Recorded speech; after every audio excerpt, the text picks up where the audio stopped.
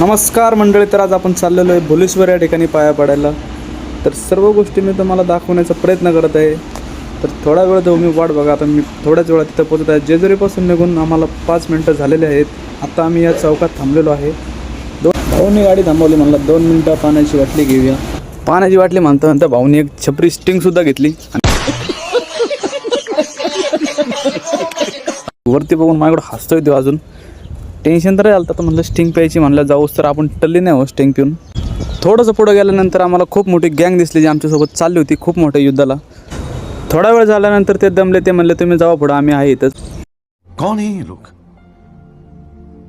कहाँ से आते हैं? एका ठिकाणी थांबल्यानंतर तुषार भाऊ म्हणला 2 मिनटं बघा जरा आजूबाजूला वातावरण कसं आहे. लांबून बघितलं पण मंदिर दिसत नव्हतं एवढं झूम करून.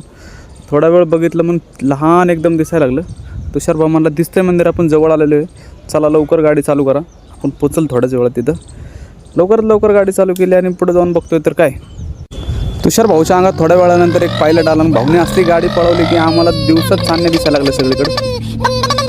थोड्याच वेळात भाऊने डायरेक्ट मंदिराची कमाल दाखवली. थोडंसं आतमध्ये गेल्यानंतर अत्यंत सुंदर असं वातावरण झालं होतं. थोडंसं पुढे गेल्यानंतर आम्हाला मंदिर हे खूप जवळून दिसायला लागलं.